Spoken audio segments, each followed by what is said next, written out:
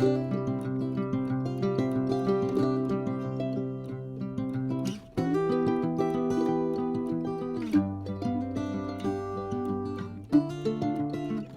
welcome back to Say Mojo Homestead. We are obviously not on the homestead right now. I'm Cassandra. Everyone calls me Cass. I'm Jeremy. If you're new with us, welcome. If you are returning, we welcome you too. Yes. We have a fun little video that we want to get to. First, we're going to kind of recap a little bit of what we did, and then we will talk about the really fun homestead thing that we're going to be doing.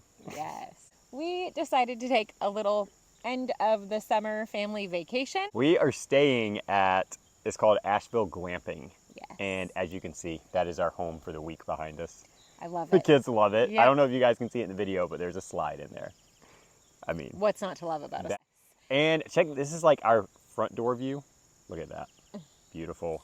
It is a nice little pond down there. I don't know if you can see it, but Lots of frog activity. yes, makes me feel right at home. So I had mentioned Asheville, and he planned this whole vacation for us and found a lot of really fun things for us to do. So on the way up here, we stopped at the Sierra Nevada Brewery, which is a pretty cool place.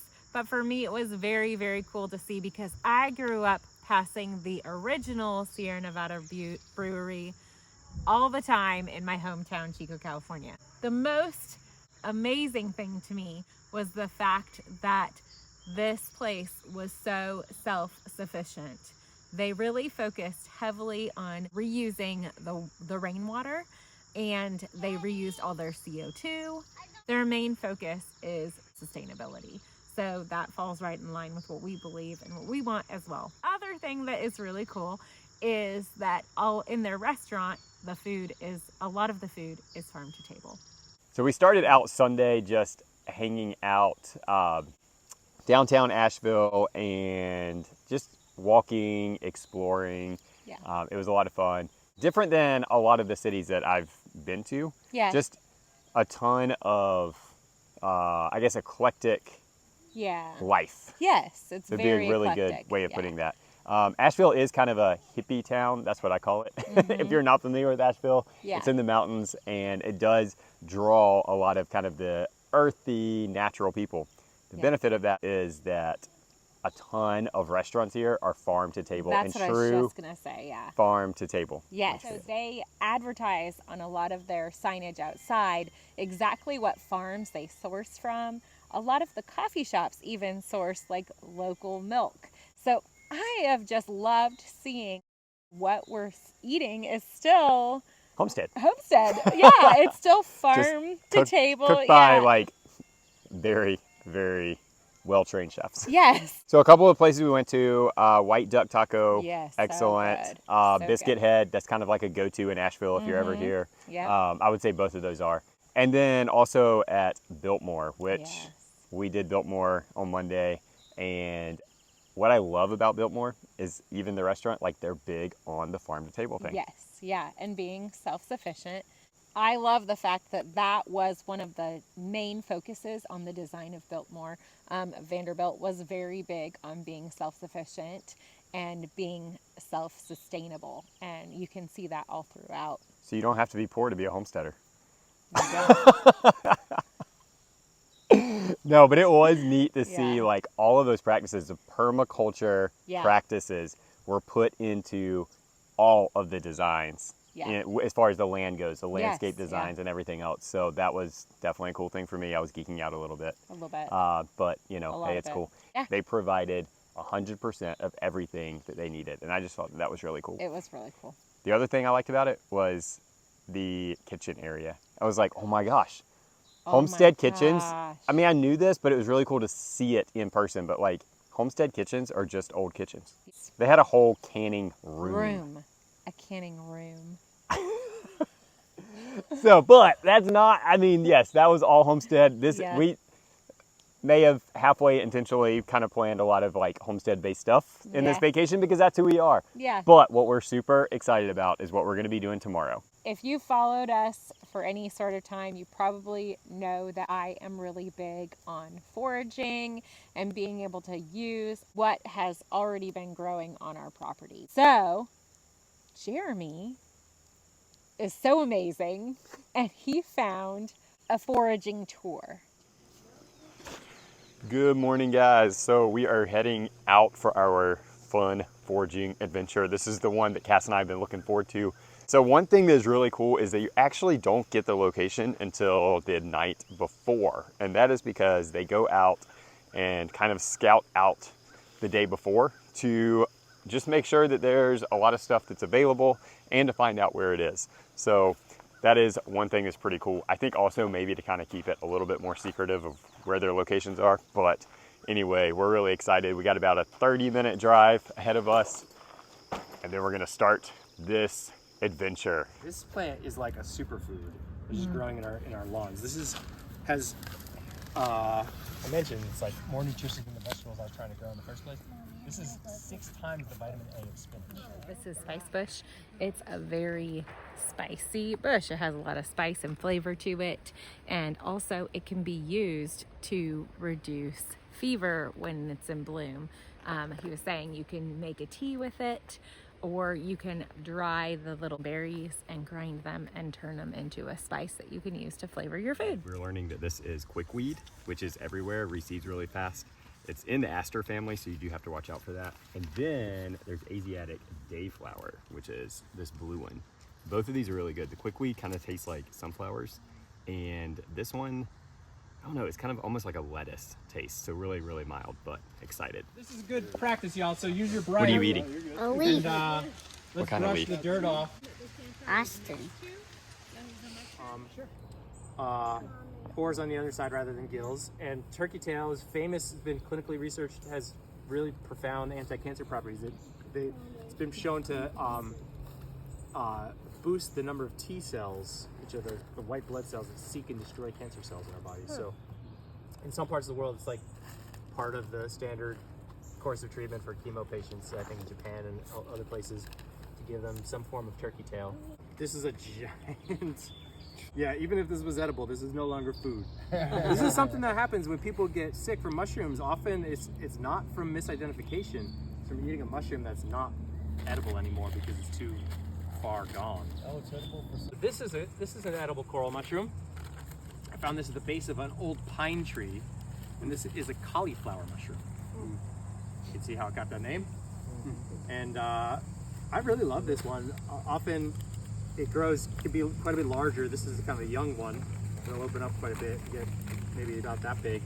And you can slice it into kind of sheets almost. And crank to the right, and then notice what my non-lever hands have at it. For this, I would just And I'm gonna keep bagging stuff up. You're just like gonna a spoonful, spoonful, a little dash. Okay. Them open and let them steam off. So I want to cook out as much of that steam as I can right away. And this time, because they're doing that right away, I'm not adding water. Right. You don't need to.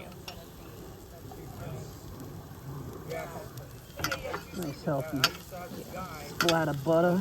This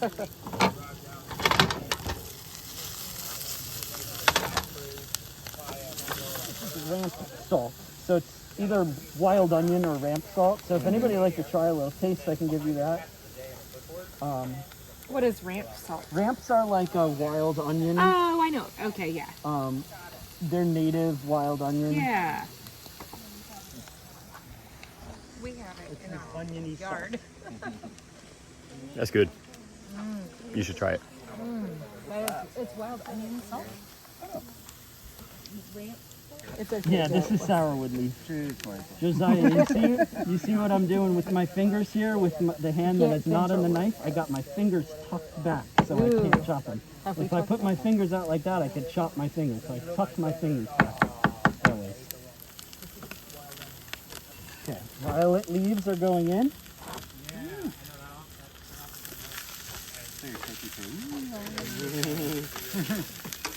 You hear a lot, I do anyway, about don't use water with mushrooms. Yeah. Or don't rinse your mushrooms or wash them.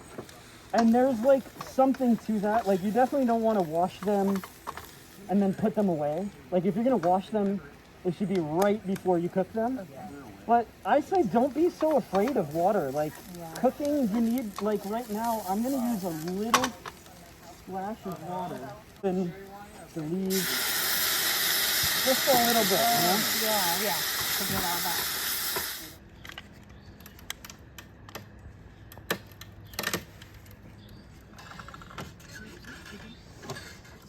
Here we go. Nice. Beautiful. So our end of foraging snack is chanterelle mushrooms that are sauteed in ghee with violet leaves and topped with sourwood leaves and bee balm flowers. Well. Oh my god, Yeah, it's so interesting. that's really good. It's very, very good. Mushrooms are a whole kingdom Very, of very life good. in the grocery store on the shelves. So it's like we think we Very don't like good. mushrooms. What'd you get? I got the cookies and milk. Yeah, ice cream. I got cheesecake something. And it's real good. It looks good. I got milk and cookies, ice cream. It's really good. Amazing. I got a brownie with the chocolate chips, and it's really good. Enough said, right? And then we got good old sipping chocolate, which this is really good. Then And it's like melted ice cream. Yeah, foraging. We did find some mushrooms, mainly chanterelles, which was a lot of fun, as you saw. And it was really interesting to hear kind of the benefits of everything, and also just to learn how to like use the stuff. Personally, I feel like I'm pretty good at identifying most of that stuff, but like as far as using it and stuff, I'm just like, oh yeah, this tastes good, but don't really know how to use it.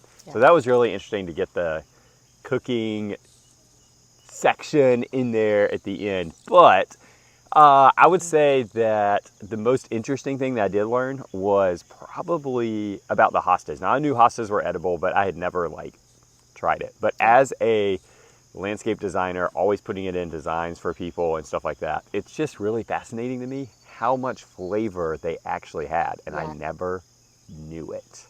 They're in the asparagus family, which I didn't know, and they kind of resemble asparagus. So that was really interesting. The whole thing is edible.